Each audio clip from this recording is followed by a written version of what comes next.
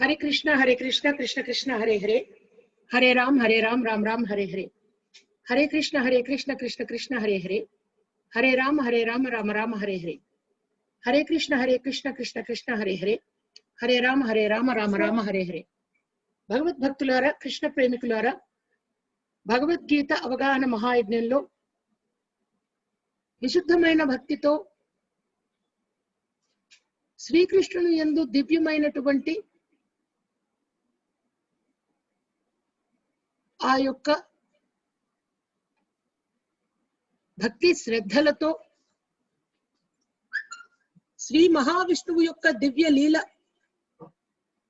లీలా మానుషధారి అయినటువంటి శ్రీకృష్ణుని మాటను తెలుసుకోవడానికి, భగవద్గీతను యథాతథంగా అవగాహన చేసుకోవడానికి విచ్చేసిన భక్తులందరికీ నా వినయపూర్వక నమస్సుమాంజలి తెలియజేస్తూ కార్యక్రమాన్ని యథాతథంగా